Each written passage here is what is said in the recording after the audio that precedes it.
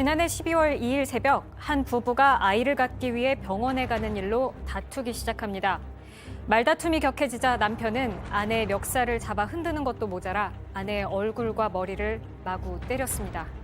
심지어 둔기로 아내의 휴대전화를 부수고 죽여버리겠다고 협박까지 합니다. 이들 부부의 싸움은 여기서 끝나지 않았습니다. 3주 후 아내가 이혼하자고 하자 다시 남편은 아내에게 주먹을 휘두릅니다. 계속되는 남편의 폭력으로 경찰은 2019년 이후 6번이나 집을 찾아오기도 했고 결국 남편은 법정에 서게 됐습니다. 하지만 아내는 재판부의 처벌을 원하지 않는다고 밝혔습니다. 결국 아내의 선처를 받아들인 재판부는 남편에게 집행유예를 선고합니다. 법원을 나온 지 38일째 되는 날, 남편은 술에 취한 채 자기를 용서했던 아내에게 흉기를 휘둘러 살해합니다. 많은 가정폭력 피해자들은 자신에게 폭력을 휘두른 가족을 처벌하길 주저합니다. 부담스럽기도 하고 자칫 보복으로 이어지기 때문인데요. 그럼에도 불구하고 우리 법원은 가정폭력에 대한 반의사 불벌죄를 적용하고 있습니다. 오늘 엑스파일에서는 제주 선원 아내 살인 사건을 통해 반의사 불벌죄의 허점을 다룹니다. 자, 가정폭력으로 남편이 일단 들어갔습니다. 그런데 아내가 용서했습니다. 풀려났습니다. 그리고 한 달여가 지난 뒤에 자신을 용서한 그 부인을 살해했습니다. 자, 백 기자. 일단 그 일이 벌어지기 전에도 무수하게 때렸다는 거잖아요, 지금. 네, 여러 번 많이 때려서 신고도 여러 번 됐었고 경찰도 6번이나 왔었던 걸로 알려졌습니다. 지난 4일에 있었던 일인데 40대 남성이 부부싸움을 하다가 흉기를 휘둘러서 아내를 결국엔 살해합니다. 이때 현행범으로 체포가 됐었고 이 당시에 경찰 조사에서 이 남성은 왜 도대체 아내한테 흉기를 휘둘러 살해했느냐라고 물어보니 이른 시간부터 술을 마시고 귀가한 자신을 타박해서 말다툼이 있었고 결국에 욱해서 찔렀다고 말했습니다. 자, 양 변호사님, 좀 그 폭행 정황을 조금 더 구체적으로 설명해 주시죠. 이게 뭐 단순 폭행이 아닌 거예요. 부부싸움이라고 하는데 부부싸움이랄까요? 지금 화분이 깨져 있는 거 보죠. 무슨 얘기냐면 부부싸움을 하다가 아내 머리에 화분을 집어 던지고요. 세상에. 뭐 손으로 얼굴, 머리 이렇게 때린 것은 뭐 수도 없고 주방에 있는 흉기를 가지고 목숨을 빼앗겠다라고 위협을 하는가 하면은 이게 어떤 일인지 모르겠는데 휴대폰을 이 둔기를 이용해서 2대나 아주 박살을 냈던 겁니다. 그렇게 해서 이런 어떤 전력, 처벌받은 전력만 특수상해, 특수재물손괴, 특수협박, 폭행치사 이렇게 해서 집행유예 받았던 전력이 있습니다.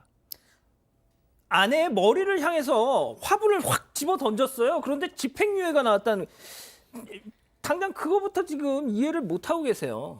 네, 그 여러 가지 폭행 혐의는 재판 과정에서도 사실로 인정이 됐었는데 이 재판 과정에서 남자가 금주 서약서를 쓰고 술을 좀 마시지 않겠다라고 하고 실제로 또 술도 덜 마셨다고 합니다. 이런 부분들이 좀 참작이 됐던 것 같은데요. 무엇보다도 아내가 남편에 대한 처벌을 원치 않는다고 재판부에 밝힌 게 이제 빌미가 됐습니다.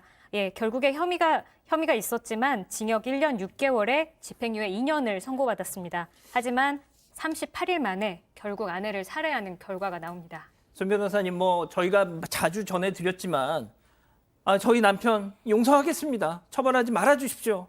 그러면 그게 결정적인 게 되는 겁니까? 일단 그 대법원의 그 양형 기준을 보더라도 이제 형량을 결정하는 그런 기준도 되고요. 그리고 또 집행유예에 대한 기준도 나와 있습니다. 즉 폭력범죄의 이 집행유예 기준을 보면은요, 이제 일반 참작 사유가 있고 또 주요 참작 사유가 있는데 그 주요 참작 사유 중에 하나가 처벌 불원이에요. 즉 피해자가 폭력범죄의 피해자가 저 처벌 원하지 않습니다. 저 용서했습니다. 뭐 선처해 주십시오. 전 괜찮습니다. 라고 말을 하면 이게 형량뿐 아니라 집행유예 판단 여부에도 굉장히 중요한 참작 사유로 기능하도록 되어 있습니다.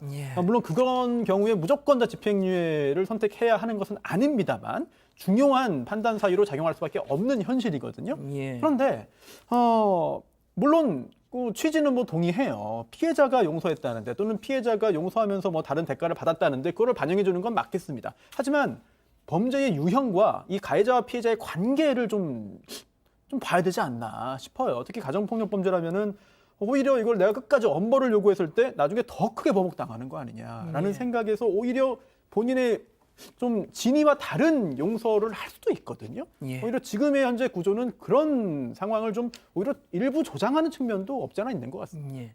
아 지금 이수정 교수님 표정이 너무 어두워지셔가지고 제가 진짜 좀 뭐 말씀을 여쭙기도 좀 그런데 교수님, 네. 교수님이 그동안 사건 반장이든 다른 어떤 매체에서든 계속해서 이제 강조하셨던 게 바로 이런 지점 아닙니까? 그렇죠. 만약에 지금 이 사람이 그 같은 집에 사는 피해자 가해자고 지금 6차례나 경찰에 신고를 했고 더군다나 지금 망치로 사람을 상해를 입히기도 하고 폭행치상도 있고 뭐 지금 특수가 들어간 게 한두 개가 아니에요. 예. 그러면은 이런 상황에서 만약에 한 거주지에 두 남자가 살았어도 아 그렇죠. 네, 집행 모르는 뭐 그러니까 가깝지 않은 뭐 룸메이트가 살았어도 지금 집행유예를 내렸을까? 뭐 이런 생각이 갑자기 들면서 이게 결국에는 아내와 남편이었다라는 게 결국 함정이 된 거 아닌가? 왜냐하면 모든 이제 법관들은 교육을 받을 때 가정폭력은 반의사 불벌죄다라는 걸 교육을 받죠. 그렇기 때문에 지금 가정폭력 사건은 뭐 아내가 이제 고소를 했다가도 취하를 하면 사건이 진행이 안 된다는 걸 아주 귀에 못이 박히도록 아마 예. 이제 배울 겁니다. 그런 틀 속에서 지금 아내의 처벌 불원의 의지가 너무 강하게 반영된 거 아니냐. 예. 이게 사실은 지금 징역이 나왔어요. 1년 6개월. 그러면 그대로 갔었으면 분리가 됐을 겁니다. 예. 그런데 아내가 처벌 불원 한다고 집행유예로 그 결국은 6번이나 경찰에 신고한 그 집으로 결국 가해자를 돌려보낼 때 그러니까요. 대체 얼만큼 큰 용기로 안 일어날 거다 이 일은 그런 확신을 재판부가 할 수 있었는지 저는 반문의하고 싶네요. 예. 네. 아 교수님 진짜 아니 우리 가족 여러분 그 진짜 인터넷 포털 사이트 가가지고요 가정 폭력 뭐 그리고 뭐 처벌 불원 뭐 살해 이런 검색어 넣어서 한번 기사 검색해 쭈루룩 나옵니다. 쭈루룩 나옵니다. 2018년에 어떤 일이 있었냐면 12월에 아내 폭행으로 사회봉사 보호관찰 처분 받았던 남편이 이 아내가 처벌 의사를 철회했다가 결국 흉기로 살해를 했어요. 이 교수님 진짜 이거 정말 어떻게 해야 될까요, 진짜?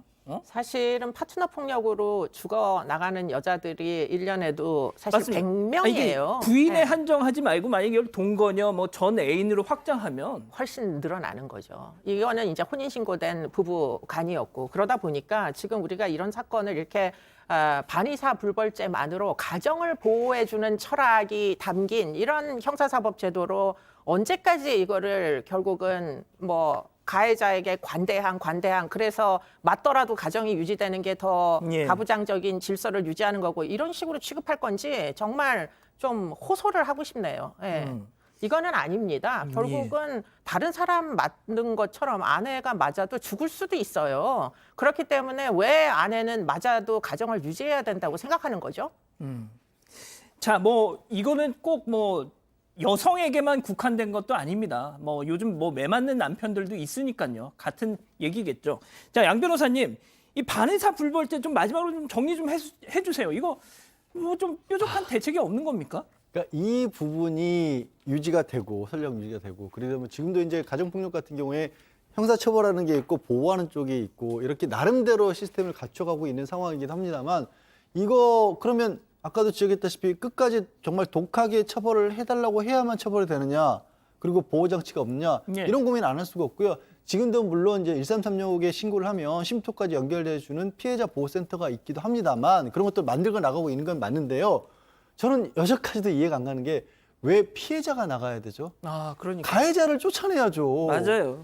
피해자는 뭐 이게 주거의 뭐 소유주 따지고 이런 문제가 아니잖아요. 피해자는 이 현재 상태에서 유지가 될 수 있고 가해자를 접근 못하게 만들어놓은 상황에서 일을 진행해야 될 거 아닙니까? 이 부분은 저도 아직은 많이 부족한 것 같습니다. 예. 자, 정말 위험한 상황이라고 느끼시는 분들이 계시면 앞서 자막으로도 나갔는데요. 1366번으로 꼭 신고를 하시고 긴급 지원을 받으셨으면 좋겠습니다.